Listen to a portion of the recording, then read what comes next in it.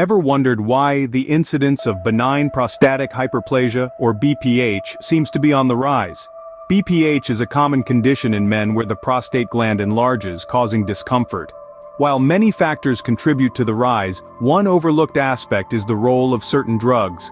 Indeed, certain medications increase the likelihood of developing BPH. Drugs like antidepressants, diuretics, and even some allergy medications can contribute to this condition. These drugs can affect the balance of hormones in the body or cause muscle contraction in the prostate and bladder, thereby increasing the risk of BPH.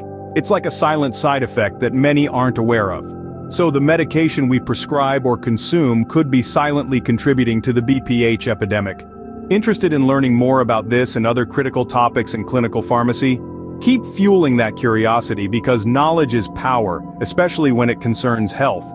Join us on our YouTube channel, Clinical Pharmacy Lectures, where we delve deeper into these issues. Subscribe and stay informed.